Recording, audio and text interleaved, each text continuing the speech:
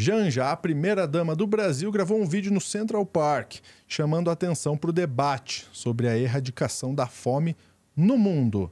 Tema super importante, né? Mas em vez de abraçar a causa realmente, os internautas usaram seu tempo para criar memes com a Janja em relação a um deslize no idioma. Chegaram até a comparar a primeira-dama com Joel Santana, o técnico de futebol. Então você já deve imaginar o porquê, né? Mas a gente vai ver todos os detalhes agora no Plantão do Meteoro.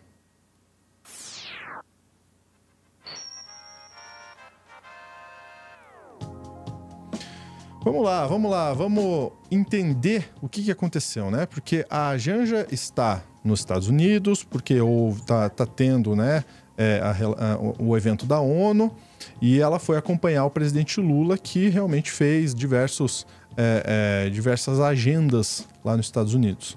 E ela gravou um vídeo importante, um tema importante, Dai. Agora, o porquê que realmente desvirtuou o assunto? Pois é, né? A gente imagina que o que vai chamar a atenção para um vídeo falando sobre a fome é a fome. Poxa, de fato, milhões de pessoas passam fome no mundo, e a gente tem também uma quantidade muito grande no Brasil. Vamos falar sobre a fome. Mas não, o que chamou a atenção para um grupo na internet foi justamente o idioma, foi um deslize aí, e eu boto isso muito entre aspas. Eu sou discípula aí do Marcos Wagner, eu sou discípula da Lélia Gonzalez, da lógica da oralidade, do português, então, para mim, não existe um problema quanto a isso, mas a gente vem de uma sociedade em que a Janja vem recebendo muitos ataques por N formas. Primeiro, por ser uma mulher mais nova do que o Lula, outro por ser uma mulher ali numa posição de certo destaque num cenário político, em que a gente teve uma ex-presidenta, né, que a Dilma saiu como um caso agressivo, bizarro de violência política de gênero. Inclusive, essa violência política de gênero vem crescendo de forma alarmante nos últimos anos, como denunciam algumas parlamentares, dentre elas a Manuela Dávila, inclusive, do Rio Grande do Sul. Ela tem um livro falando sobre isso, uma coletânea com várias mulheres na política, que sinaliza justamente isso. Olha, esse neoliberalismo, essa extrema-direita, ela vem aumentando tais dados aqui. Então, é interessante que a gente faça esse debate. E, diante de tudo isso, a gente tem uma primeira-dama que comumente é desrespeitada, não importa o que ela faça, qualquer deslize ou qualquer o ato que alguém acha que seja um deslize, por exemplo, um vestido com um adesivo, as pessoas já acham que é errado, um vestido com um alfinete, as pessoas já dizem, olha, para que ela está mostrando tanto o corpo, como aconteceu inclusive na cerimônia ali de Paris, na abertura, que ela foi representando o país, e disseram que ela estava com um vestido muito exposto, muito desnecessário para a ocasião. Existem debates nessa linha sobre a Janja. Então, vou te pedir para mostrar primeiro o vídeo. Prestem muita atenção no vídeo. Logo no comecinho, eu pedi para mostrar o vídeo e a gente debate sobre o que foi tão grave que a gente já falou, que aconteceu, para chamar a atenção para esses memes. Por favor, Lúcia. Eu não estou aí hoje com vocês, mas eu estou aqui no Central Park para fazer importantes chamados aos cidadãos globais. Na presidência do G20, grupo que reúne as maiores economias do mundo, o Brasil propôs a criação da Aliança Global contra a Fome e a Pobreza. A aliança é uma iniciativa transformadora que irá conectar políticas públicas bem-sucedidas de combate à fome e à pobreza e fontes de financiamento público e privado, transformando realidades ao redor do mundo. Acabar com a fome e a pobreza é uma responsabilidade de cada um de nós, também incentivando governos e fundos privados de países ricos a investirem na cesta de políticas públicas da Aliança. Em 2025, o Brasil irá sediar a COP30 no coração da Amazônia. Pessoas do mundo todo debaterão sobre o futuro do planeta com os pés naquele território ancestral. Take action to end poverty now and to combat climate change. Esse é um chamado para a transformação por um mundo mais justo, solidário e sustentável. Enjoy the festival! Hello, Global Citizens! Gosto muito da animação da Janja, ela me deixa feliz com o discurso dela. Não estou brincando, não é ironia, não. Eu acho um discurso bonito, um discurso que dá vontade de você dizer, poxa, eu vou ouvir até o final, sabe? E isso é bem interessante para uma pessoa, né, num cargo político, ou no caso da Janja, como uma representante também do país, por ser a primeira-dama. E nisso a gente teve aí no comecinho a Janja falando que vai falar para os cidadãos. E na gramática, no que a gente chama aí do português formal, deveria ser cidadãos. né? Então, foi apenas isso que fez com que a Janja recebesse uma enxurrada, não só de memes, quanto de críticas, quanto de pessoas desqualificando a sua posição para estar, né, neste debate, para estar nessa posição de visibilidade. Inclusive, a sua forma também de falar inglês chamou muita atenção para todo mundo, porque, assim, muitas vezes, ou você fala o inglês como se fosse um nativo de um outro país, embora, em geral, quase nenhum outro país tem essa preocupação que a gente tem com o inglês, mas, né, acontece muito disso, ou você não fala bem. O importante não é o comunicar, não é o diálogo. O importante é você ser exatamente igual àquele país ali que está te hospedando, nesse caso, aquele país que fala o inglês de forma mais limpa possível, com mais sotaques possível, porque ainda depende da interpretação. Se você fala com sotaque, ou se você fala com um idioma, né, com mais contrações, como se fosse nos Estados Unidos, se você estiver na Inglaterra, a pessoa também vai dizer que você não fala o inglês bem. Ou seja, o importante neste caso não é o diálogo, é sempre achar pontos em que a gente pode criticar um outro. E aí a gente tem realmente um grande problema, né? Detalhe, vou repetir, a gente já falou apenas cidadãos globais e deveriam ser cidadãos globais. E aí eu vou te pedir, Lúcio, para trazer a matéria do Poder 360, que fez aí um compilado de alguns memes, né, justamente trazendo o Joel Santana. Joel Santana, para quem não lembra, em alguns anos ele esteve na África do Sul e ele foi falar em inglês, e ele falou um inglês assim, um português, sabe? Um negócio assim que ninguém entendeu direito, que na verdade entendeu também, né? Teve muita gente que entendeu o que ele falou e virou piada, ele fez comerciais, ele ganhou dinheiro com isso, e por aí vai, não tem problema, né, de fazer isso. E a gente tem aí o primeiro, que é justamente o Peter Parker, né, faz o Homem-Aranha, né? É o técnico Joel Santana que está falando inglês, deixa eu colocar o óculos para ver. E aí vê o Joel Santana, quando ele coloca o óculos, tá a Janja, cidadãos abrido, né? Porque ela também em outro momento utilizou esta expressão que as pessoas também, né, puxaram muito. Colocaram também a Janja aí, né? Jangel Santana tá de Brication with me, cara, e um memezinho. De certa forma, tem umas brincadeiras assim que, poxa, acontece, tá tudo certo, né? Hello, Global Citizen, cidadãos, e por aí vai. Eu vou te pedir para passar mais um pouquinho esses memes.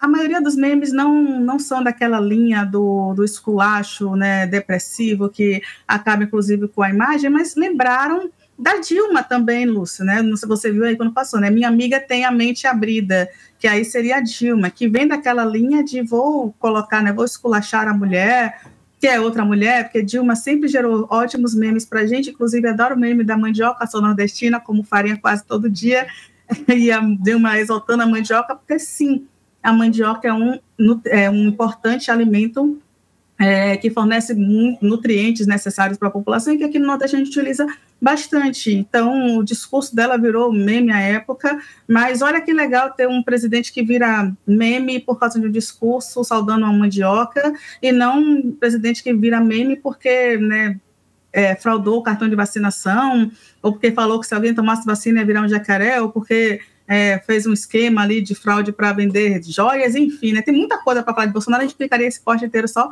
falando do Bolsonaro. Eu particularmente prefiro esse tipo de meme, é mais engraçadinho, é muito mais necessário e divertido. E aí eu vou te pedir, Lúcio, para colocar o segundo vídeo da Janja, e aí eu vou te pedir só para mudar a minutagem, que a partir de 30 segundos até o finalzinho, porque a Janja nessa entrevista, ela fala, né, ela utiliza outro termo, que é justamente o abrido, que também todo mundo achou um escândalo, um escárnio, a gente comenta sobre isso depois. Causa da vida dele, o combate à fome. Então, antes mesmo dele assumir a presidência em 2003, ele já vinha construindo, né, o Brasil sem fome, o Fome Zero, enfim.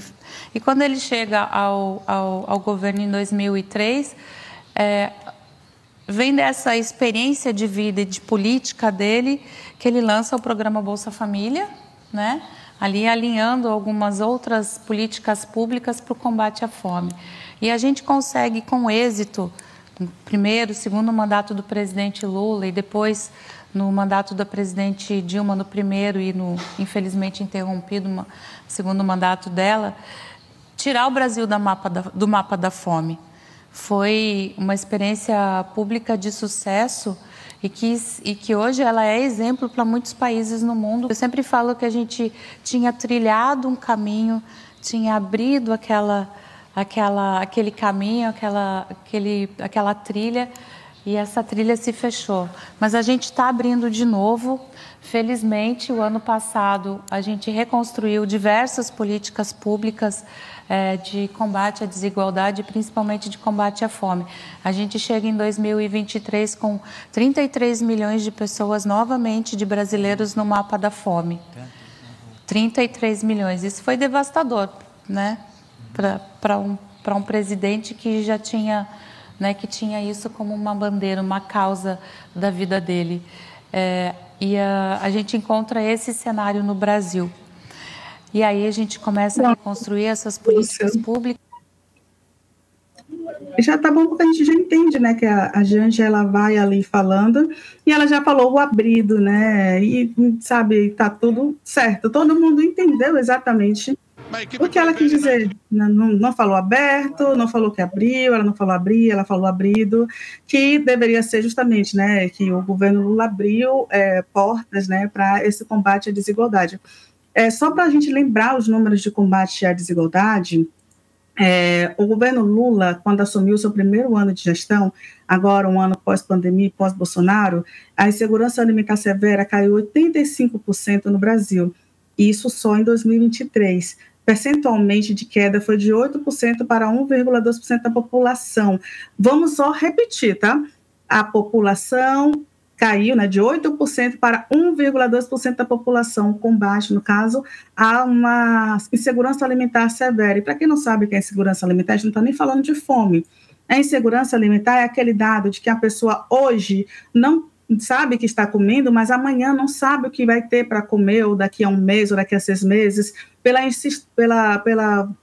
pela instabilidade econômica que ela vive. Ou também são aquelas pessoas, por exemplo, que vivem à base de nutrientes, de alimentos, que não necessariamente eles trazem uma nutrição completa. É aquela família que só consegue comer miojo, ou o arroz, o feijão bandinha, ou, sabe, um enlatado, uma comida que não necessariamente seja aquela comida que vai trazer os nutrientes, mas é o que dá para comer para sobreviver.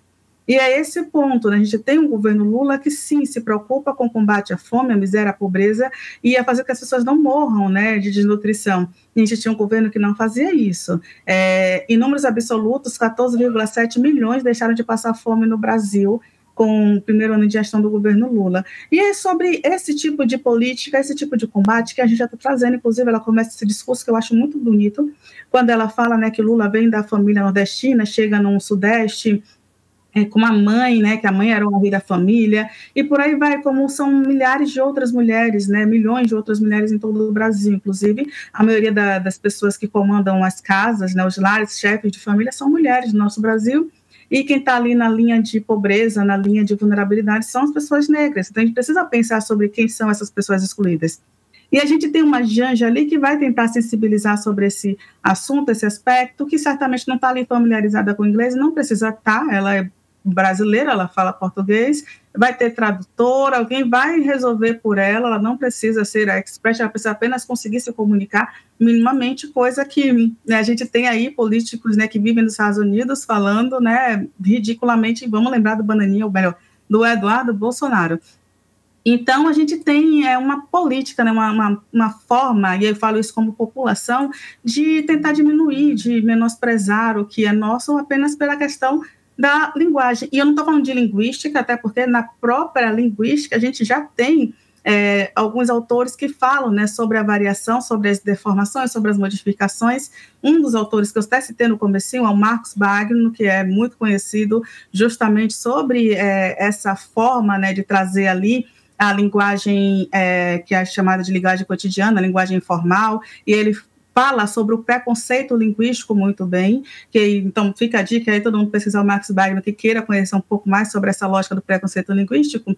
E a gente tem a linguagem formal, que é chamada de língua culta, que é aquela pautada no que é extremamente correto, mas hoje já se entende na linguística em várias vertentes que se você consegue se expressar, se o emissor, se o significado, a pessoa conseguiu entender o que você falou, tá tudo certo, porque importante é justamente esse. E aí outra dica de leitura, inclusive, é uma diva para mim, que é a Lélia Gonzalez, que ela fala do português, né, e da oralidade. Lúcia, não sei se você já parou para pensar sobre isso, mas para você faz sentido o plural de sarau? Sarau, saraus. É saraus. Para mim não faz muito sentido, eu gosto de falar sarais. E quando eu escrevo isso, inclusive, eu já tive alguns textos acadêmicos que eu tive que justificar que era uma questão, porque faz mais sentido na sonoridade. Sarais. E a gente tem, né, na linguagem informal, justamente essa licença aí, que você pode sim falar, né, de uma forma não culta, não norma, não correta, né, naquela gramática. Inclusive, a gente teve modificações em algumas palavras justamente para contemplar o que é chamado do português, o que é chamado de coloquial, o que é chamado de questão cultural, e por aí vai, né? Volta e meia tem alguém que comenta que eu falo vídeo, né? Porque aqui no Nordeste a gente fala muito vídeo. Eu e Fábio Dino, sou muito amiga do Fábio Dino, tá? Nós falamos vídeo. E é assim, né? Isso não é um problema. Então, esse corte aqui dos memes da Janja ficou justamente para a gente repensar se vale realmente a pena a gente ficar sempre pontuando, né, as pessoas por questões que não vão mudar absolutamente nada, o discurso está ali, o que ela queria passar, ela passou e está tudo certo, né? O pior é um Bolsonaro com uma dicção péssima, falando tudo absolutamente incorreto, ainda que não fazia nada para melhorar a nossa situação, né? Enfim, deixa lá. No máximo a gente vai dar risada de alguns memezinhos, como a gente também deu do Joel Santana, né? A gente pode dar da gente, já também está tudo certo. Leva na boa, né? Tem que levar na piada, porque...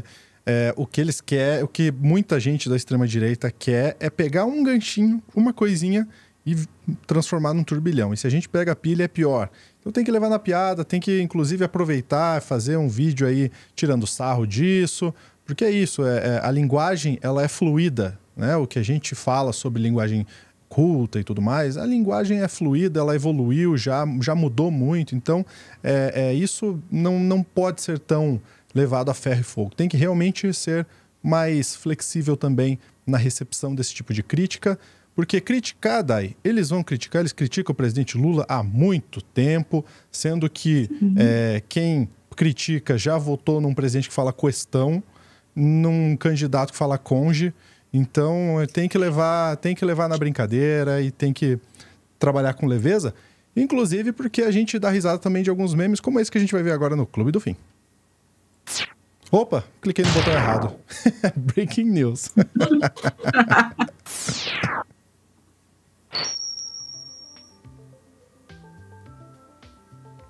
Pronto, agora sim. Clube do Fim é o nosso clube de membros aqui do Meteore. Por uma colaboração simbólica, você pode receber conteúdo exclusivo, conteúdo antecipado e também conversar com o nosso time lá no nosso grupo do Telegram. Além de receber alguns conteúdos diferenciados que a gente acha por aí. E também alguns memes antigos. A gente gosta de meme antigo aqui, hein? Um deles é o nosso querido Joel Santana mesmo. A Dai comentou. A gente vai ver esse vídeo, porque inclusive o próprio Joel Santana aproveitou desse vídeo e deu uma aula de como aproveitar o meme, né? Aproveitou o meme, fez dinheiro em cima do meme e é isso aí. Vamos ver. Copa das Confederações, se não me engano, de 2009, porque a Copa do Mundo foi 2010? 2009, 2008, por aí. O Joel Santana treinava a seleção da África do Sul. E aí ele foi dar uma entrevista para a jornalista internacional. My equipe play very nice. The first time Iraq and the Saudi Africa play same, but the second time I have control the match. Control the match, my equipe play in the left, the right, in the middle. I have one best opportunity for score.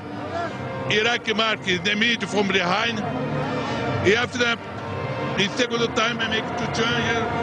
One player experienced, teve mais chego, e another player que have experience, que play very good, Steve Pinar, but I don't beat the goal. Muito bem. Cadê o Gustavo Werthen? Eu entendi, tá? Boa parte. Acho que no finalzinho ali não tem algumas coisas que eu não entendi. Mas eu consigo entender, cara. Dá pra entender. É engraçado que fala que heavy, né? Porque ele pega um pouco do português, que a nossa cabeça funciona assim quando a gente não é fluente, né? A gente fala em português na cabeça e tenta traduzir pro inglês e daí fala. Né? Então, provavelmente, ele estava pensando em português e tentando já traduzir na cabeça para falar em inglês. É muito difícil, tá? É muito difícil. Tem um detalhe, Lúcio. Pode falar. Eu não sei se você sabia, mas eu estudo literatura em alguns países, né, inclusive africanos, e alguns países, no caso sul-africano, né, o país sul-africano, a África do Sul, eles têm uma mudança com uma mudança não, mas uma variação ali cultural com o Zulu e com o africano, né? Então, o inglês que o sul-africano fala é o inglês que tem várias modificações que não é próximo do inglês que a gente estuda aqui no Brasil, por exemplo. Tem uma autora que eu até sigo, que é a Zeta Matudeni, que ela fala muito rápido, você não consegue entender muito bem o que a pessoa fala. E acontece também. Então, se ele estivesse assistindo, né, tendo aulas de inglês lá, ele podia ter, inclusive, mais dificuldade do que ele teve depois, inclusive, falou, né, que tinha aprendido o idioma. E é isso. É difícil, de fato, e, poxa, deu para entender o que ele falou, e tá tudo certo. Deu. Mas é bem difícil mesmo. Muito bem, encerramos por aqui, ó, na tela para vocês, QR Code para você se tornar membro do Clube do Fim e receber alguns dos nossos vídeos lá, inclusive vídeo exclusivo, ó, só pegar o celular e escanear. Um abraço, até a próxima.